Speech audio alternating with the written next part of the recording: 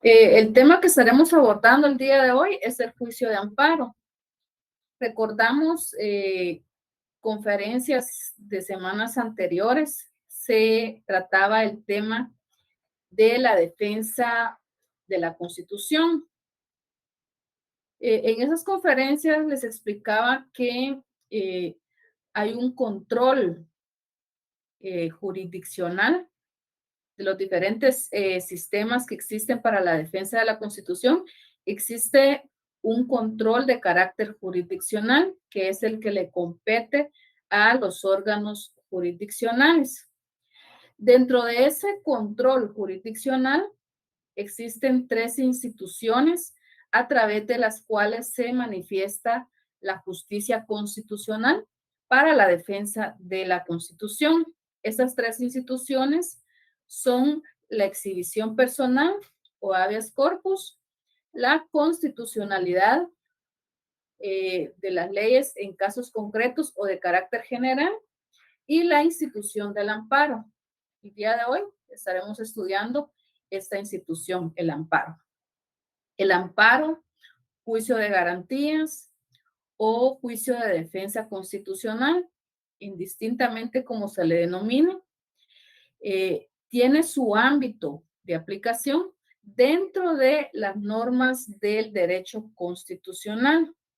Como les mencionaba, es una de las instituciones a través de las cuales se manifiesta la justicia constitucional para la defensa de la Constitución.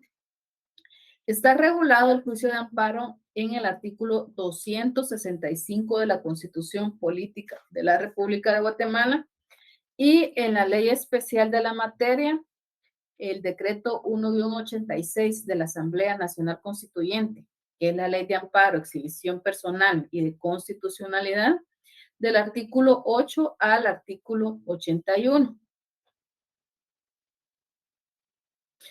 ¿Qué es el juicio de amparo? Es un instrumento a través del cual se protegen los derechos que están consagrados en la Constitución. Se protegen entonces las garantías constitucionales. También se protegen derechos humanos que están consagrados en la Convención Americana sobre Derechos Humanos, en el Pacto Internacional de Derechos Civiles y Políticos y en todos aquellos otros instrumentos internacionales de los cuales el Estado de Guatemala es parte por haberlos ratificado. A través de el juicio de amparo, entonces se pretende proteger los derechos de las personas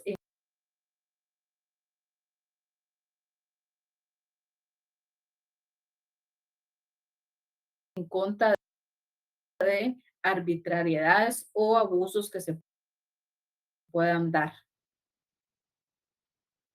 Hay otras instituciones como la exhibición personal, a través de la cual se protege la libertad personal. Esta institución no, no es protegida, la libertad personal no es protegida por el juicio de amparo. ¿Por qué? Tiene su tutela a través de la exhibición personal. Tampoco es parte del juicio de amparo la defensa de la supremacía constitucional. ¿Por qué? La supremacía constitucional se garantiza a través de la institución de la inconstitucionalidad en casos concretos o en casos cuáles son las etapas a través de las cuales se manifiesta el juicio de amparo, cuál es el vía crucis, el camino que debe recorrer. El juicio de amparo inicia con la existencia de un derecho que está garantizado en la Constitución o que esté garantizado en instrumentos internacionales o en las leyes internas de Guatemala. Existiendo ese derecho, al surgir para alguna persona la pretensión o la intención, el deseo de ejercer o de gozar de tal derecho, en ese caso, que esa persona se vea impedida o que se le limite el ejercicio de tal derecho, se hace necesario que la persona ejercite el derecho de amparo. ¿Qué es el derecho de amparo? Es un poder jurídico que faculta a las personas para que puedan acudir ante los órganos jurisdiccionales reclamando la tutela o protección estatal y la aplicación de medidas concretas pertinentes para prevenir o para restaurar a la persona en el goce o ejercicio de tal derecho. De esta manera se pone en marcha el proceso judicial de amparo. ¿Cuál es el objetivo o la finalidad que se persigue a través de el amparo? Artículo 265 de la Constitución y artículo 8 de la Ley de Amparo se ubican en esos dos artículos. Ahí encontramos el objeto y la finalidad del amparo. Primero, el amparo es una garantía en contra de la arbitrariedad, en contra de todos aquellos actos arbitrarios, ya sea que procedan de personas de derecho público o de derecho privado. ¿Qué se pretende con el amparo? Primero, se pretende proteger a las personas contra amenazas de violaciones a sus derechos. Acá, si nos detenemos en ese tema, protege a las personas contra amenazas. Es decir, que en este primer supuesto aún no se ha materializado la violación a los derechos de la persona, sino que solo existe una amenaza. Entonces, esta primera finalidad sería de carácter preventiva. Hagan su anotación en esos dos artículos, por favor, donde se refiere a que tiene por objeto proteger. Hagan su anotación, fin preventivo. También tiene como finalidad restaurar el imperio o la vigencia de los derechos cuando la violación ya hubiese ocurrido. Entonces, cuando ya ha ocurrido esa violación a los derechos, tiene por finalidad el amparo restaurar. Es un fin restaurador o un fin reparador. Hagan su anotación ahí. Fin restaurador o reparador. Entonces, resumiendo, el amparo tiene por finalidad, tiene un fin preventivo y tiene un fin reparador. En doctrina surge la duda si el amparo es un recurso o es un juicio. Algunas personas tienen esa duda, ¿será un recurso? ¿Será un juicio? Según el artículo 248 y 249 de la ley electoral y de partidos políticos, en esos dos artículos, al amparo se le da o se le identifica como un recurso, pero es antitécnico, es anacrónico, es arcaico esto, que se le identifique al amparo como un recurso, porque modernamente el amparo no es un recurso, sino que se le considera que es un juicio, un proceso. ¿Por qué es un juicio? Porque es un proceso. Porque el amparo nace de una controversia que surge por una acción de la parte interesada ante los órganos jurisdiccionales. La persona que se ve agraviada por esa arbitrariedad en la cual se le está amenazando o ya se dio una violación a sus derechos, la persona agraviada acciona ante los órganos jurisdiccionales. Es un proceso constitucional, es parte de la justicia constitucional. Esa es la naturaleza jurídica del amparo. ¿Por qué también se dice que es un juicio, que es un proceso? Porque en los procesos hay controversia, hay una parte interesada o agraviada, hay una parte en contra de la cual se se está accionando, que es el agresor. Hay terceros interesados en este caso. Hay un conjunto de actuaciones ordenado y sistematizado en la ley. Hay un periodo de prueba, hay alegatos, hay audiencias, hay vista, hay una sentencia y hay impugnaciones que se pueden dar. Entonces, por eso se puede identificar al amparo como un juicio, un proceso constitucional. ¿Qué presupuestos o qué requisitos procesales se deben de dar para que proceda el juicio de amparo? Son 4 presupuestos procesales. Está la temporalidad, que se refiere al tiempo, al plazo que tiene el agraviado para formular su petición de amparo. También está la definitividad, principio de definitividad, que se refiere a que se deben de agotar todos los procedimientos, todos los recursos establecidos en ley para poder hacer la petición de amparo. Otro de los presupuestos procesales es la legitimación activa y también la legitimación pasiva.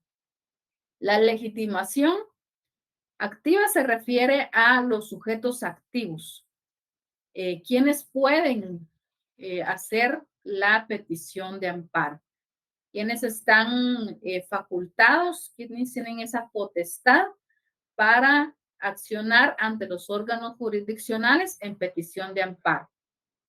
Y la legitimación pasiva se refiere a los sujetos pasivos del amparo, a las personas en contra de las cuales se acciona ante los órganos jurisdiccionales en petición de amparo. El principio de temporalidad está regulado en el artículo 20 de la Ley de Amparo, Exhibición Personal y de Constitucionalidad. El principio de definitividad en el artículo 19 de la misma ley. Legitimación activa, artículo 8 y artículo 25 de la Ley de Amparo. Y la legitimación pasiva en el artículo 9 de la Ley de Amparo. Vamos a ampliar un poco estos temas de los presupuestos del amparo, los requisitos de procedencia.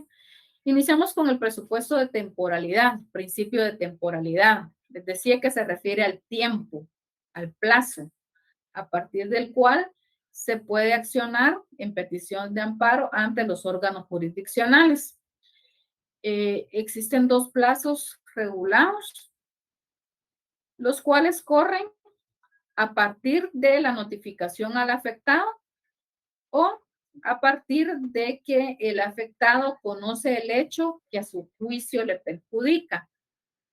Esos 2 plazos, el primero es de 30 días que empiezan a correr a partir de que se le notificó o que conoció el hecho que a su juicio le afecta.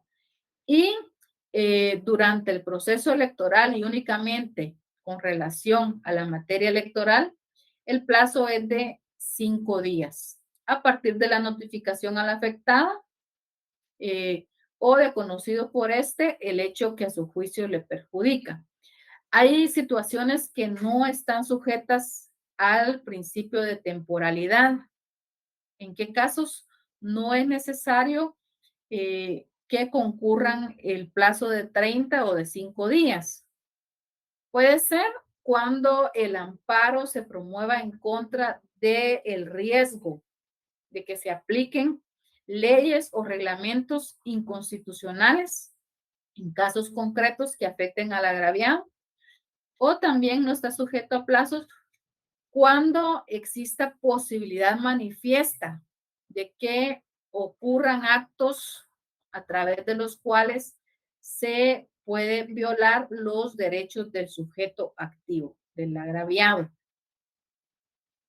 En estos 2 casos, el amparo no está sujeto al presupuesto de temporalidad. Regulación, artículo 20 de la Ley de Amparo.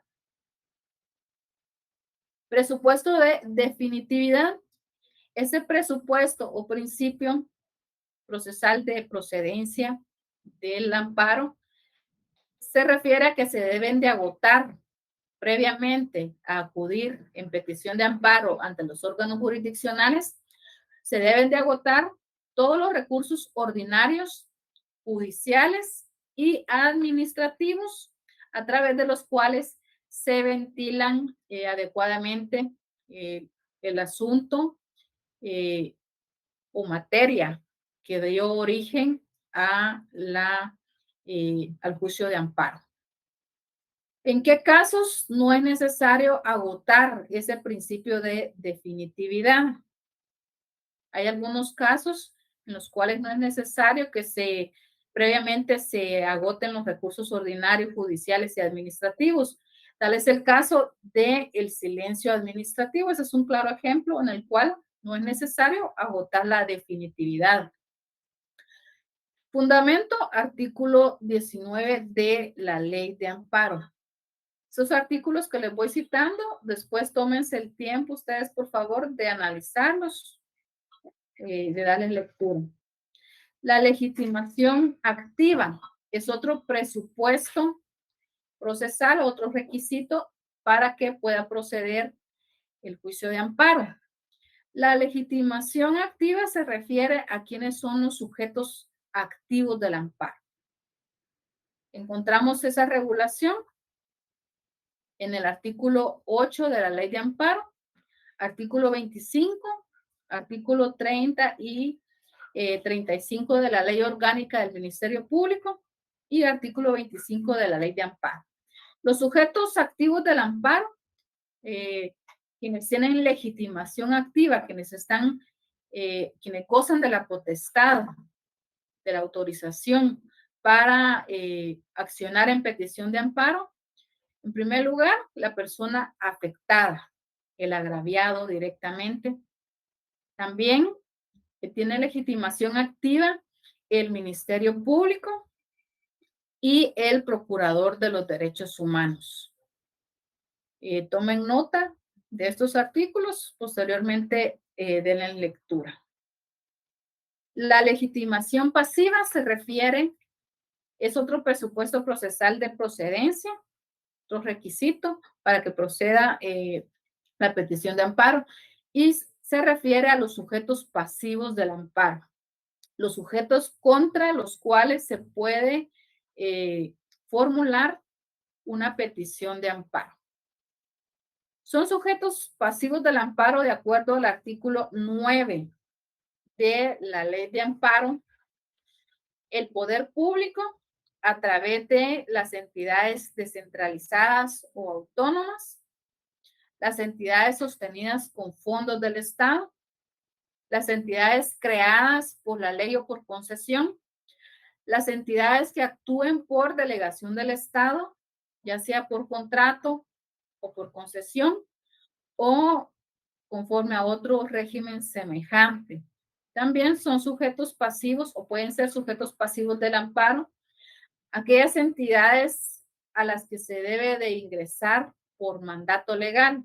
Ejemplo claro de estas entidades son los colegios profesionales, a los cuales los profesionales universitarios por mandato legal estamos obligados a ingresar.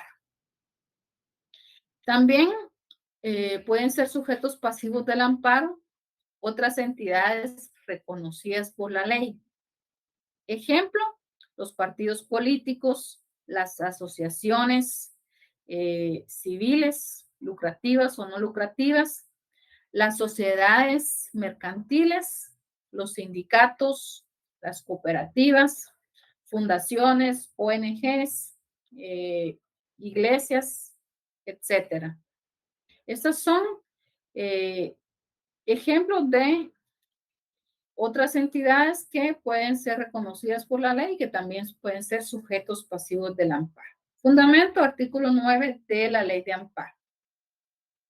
¿En qué casos procede el amparo? De acuerdo al artículo 265 de la Constitución y artículo 8 de la Ley de Amparo. El amparo protege a las personas. ¿En qué caso los protege o contra qué protege el amparo a las personas? Si se ubican en esos dos artículos para que vayan enumerando y hagan sus anotaciones. Entonces, el amparo protege a las personas contra, primero, actos. Segundo, contra resoluciones. Tercero, contra disposiciones. Y cuarto, contra leyes que lleven implícita un riesgo, una amenaza, una restricción o una violación de derechos. Acá vemos en estos cuatro aspectos que se manifiesta el fin preventivo del amparo y el fin reparador. Estos actos, resoluciones o disposiciones de quienes puede proceder o quienes pueden originar esos actos, resoluciones, disposiciones o leyes que estén vulnerando o amenazando los derechos del agraviado.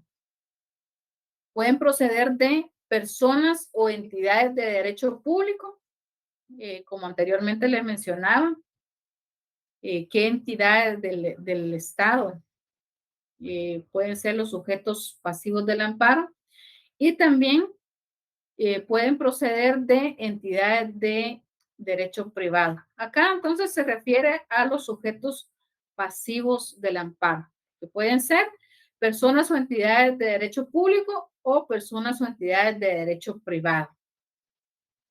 Algo importante de la procedencia del amparo es que no hay ámbito, no hay materia que no sea susceptible de amparo.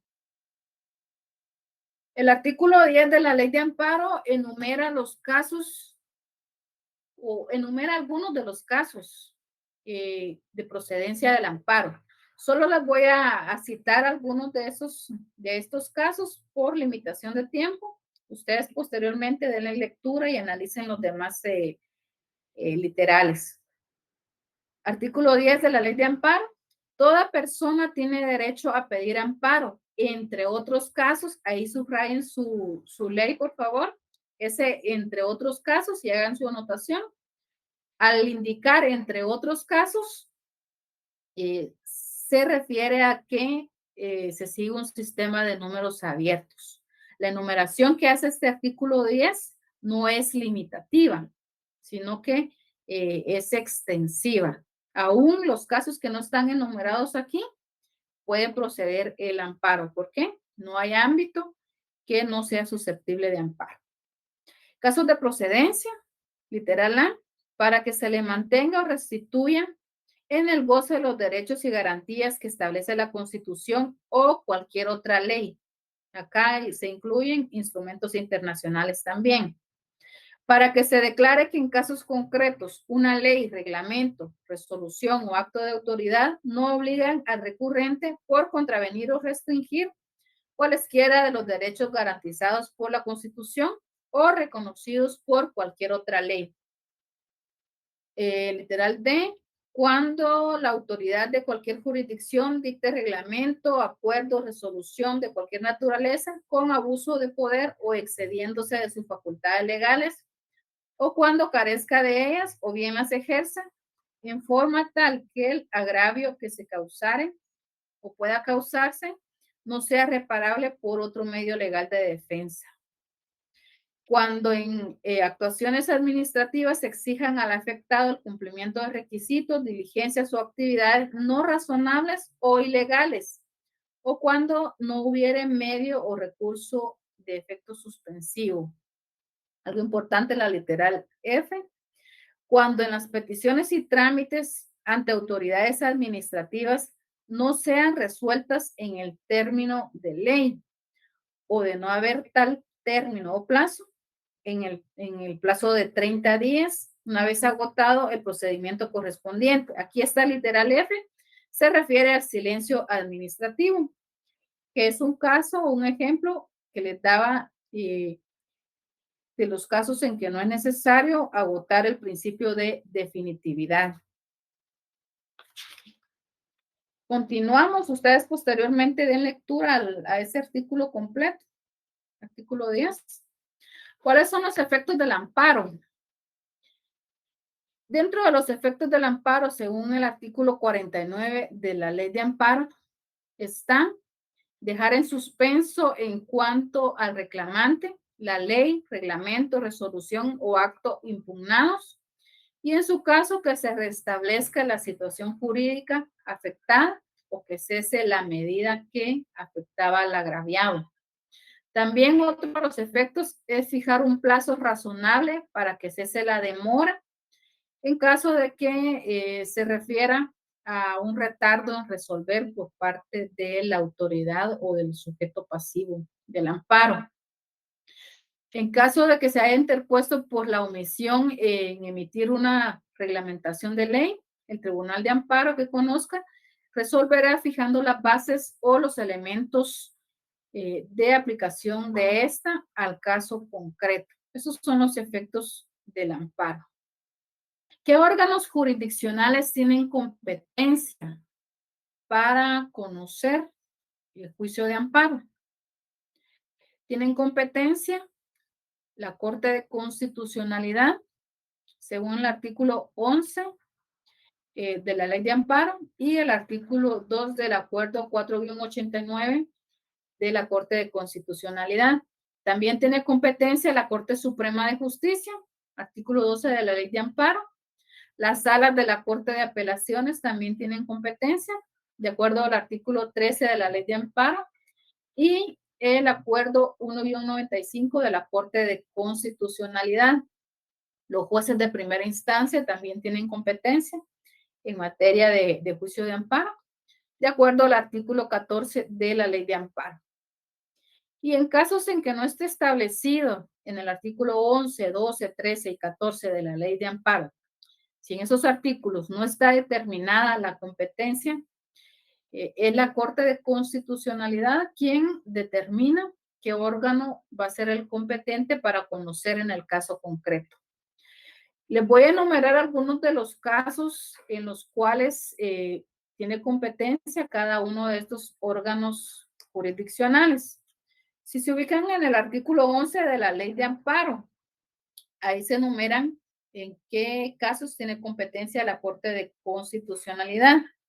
Le corresponde conocer en única instancia, ahí subrayan, en calidad de Tribunal Extraordinario de Amparo, los amparos interpuestos en contra de, uno, el Congreso de la República. Si el amparo se promueve en contra del Congreso, específicamente, hagan su anotación, específicamente en contra de la Junta Directiva, la Comisión Permanente o el presidente del Congreso, tiene competencia la Corte de Constitucionalidad para conocer el juicio de amparo.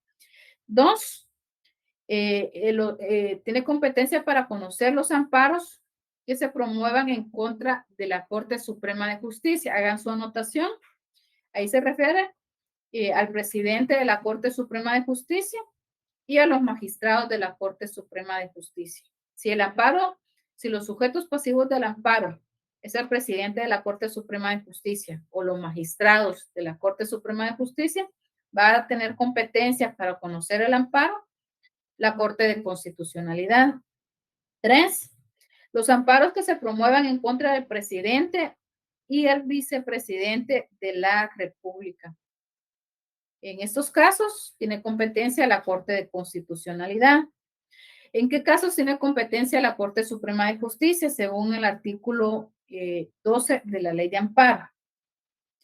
La Corte Suprema de Justicia conocerá de los amparos interpuestos en contra de el Tribunal Supremo Electoral, entre paréntesis, anoten, presidente y magistrado del Tribunal Supremo Electoral, en contra de los ministros de Estado o viceministros cuando actúen como encargados del despacho, en contra de las salas de la Corte de Apelaciones, Cortes Marciales, Tribunales de Segunda Instancia de Cuentas y de lo Contencioso Administrativo, en contra del Fiscal General de la República y jefe del Ministerio Público, en contra del Procurador de los Derechos Humanos, de la Junta Monetaria, embajadores o jefes de misión diplomática guatemaltecos acreditados en el extranjero y en contra del Consejo Nacional de Desarrollo Urbano y Rural. Competencia de las salas de la Corte de Apelaciones, artículo 13. Los amparos interpuestos en contra de viceministros de Estado, directores generales, funcionarios judiciales de cualquier fuero o ramo que conocen en primera instancia, alcaldes y corporaciones municipales, ahí subrayen, de las cabeceras departamentales. Jefe de la Contraloría General de Cuentas, entre paréntesis, Contralor General de la Nación. Ustedes, por favor, sigan con la lectura de estos incisos. Vamos a continuar. La competencia de los jueces de primera instancia, según el artículo 14. Conocen los jueces de primera instancia del orden común en sus respectivas jurisdicciones los amparos que se interpongan contra los administradores de rentas, los jueces menores, ahí son los jueces de paz, jefes y demás empleados de policía, alcaldes y corporaciones municipales de los municipios que no sean de una cabecera departamental, entidades de derecho privado como las sociedades mercantiles, asociaciones lucrativas y no lucrativas, entre otras. Y en los casos de competencia no establecida, les mencionaba que va a ser la Corte de Constitucionalidad quien determine qué órgano jurisdiccional va a conocer en el caso concreto. Otras disposiciones acerca de la competencia están reguladas en el artículo 15 de la Ley de Amparo, artículo 16, 17 y 18, por favor, tomen nota y denle lectura a estos. Algo importante de esas disposiciones, por ejemplo, en el artículo 16, es que la Corte de Constitucionalidad puede modificar la competencia, pero no puede modificar su propia competencia que le está establecida en la Ley de Amparo. Trámite del amparo. El amparo inicia con una petición. El agraviado, los sujetos activos acuden en petición de amparo ante los órganos jurisdiccionales competentes. Se deben de cumplir los requisitos procesales, los presupuestos procesales de temporalidad, definitividad, legitimación tanto activa como pasiva. Y hay salvedades que ya les había mencionado, en qué casos no es necesario agotar la temporalidad ni la definitividad. En la petición de amparo se deben de cumplir también los requisitos formales que establece el artículo 21 de la Ley de Amparo. Uno de esos es de que se debe de acudir en amparo, en petición de amparo por escrito, salvo las excepciones, casos excepcionales que establece el artículo 26 de la Ley de Amparo, en los cuales se permite acudir en petición verbal de amparo. Por favor, den lectura a ese artículo, muy importante, artículo 26. Al formularse la petición de amparo, el mismo día de su planteamiento, el órgano jurisdiccional emite la primera resolución. En esa resolución hace petición de antecedentes y de informe circunstanciado al sujeto pasivo del amparo y en esa misma resolución otorga o deniega el amparo provisional. Si se hubieran omitido requisitos, concede el plazo de 3 días para que el sujeto activo lo subsane. Si no subsana en ese plazo de 3 días, se tiene por desistido tácitamente la petición de amparo. Artículo 22 de la Ley de Amparo. Remitidos los antecedentes o el informe circunstanciado por el sujeto pasivo del amparo en el plazo perentorio de 48 horas más el término de la distancia, el órgano jurisdiccional debe de confirmar o revocar el amparo provisional si es que lo otorgó. Da vista de los antecedentes y del informe al solicitante, a la sección de amparos del Ministerio Público, a los terceros interesados, para que estos puedan alegar, puedan presentar sus alegatos dentro del plazo común de 48 horas. En ese plazo común de 48 horas se lleva a cabo la primera audiencia, en la cual las partes presentan sus alegatos sobre los antecedentes o el informe circunstanciado que remitió el sujeto activo del amparo. Luego de esa primera audiencia, se puede abrir a prueba el proceso cuando hay hechos controvertidos por el plazo improrrogable de 8 días. Algo importante es que se puede dar el relevo de pruebas, es decir, que se puede obviar ese periodo de prueba. Pero si fuera pedido por el solicitante que se abra prueba, obligatoriamente debe de abrirse a prueba el proceso. Concluido el periodo de prueba, el tribunal da audiencia a las partes, al Ministerio Público, por un plazo común de 48 horas. En ese plazo común de 48 horas se realiza la segunda audiencia. El último de los 3 días siguientes a evacuada la segunda audiencia o de notificado el relevo de prueba, a petición de alguna de las partes, se realiza la vista pública.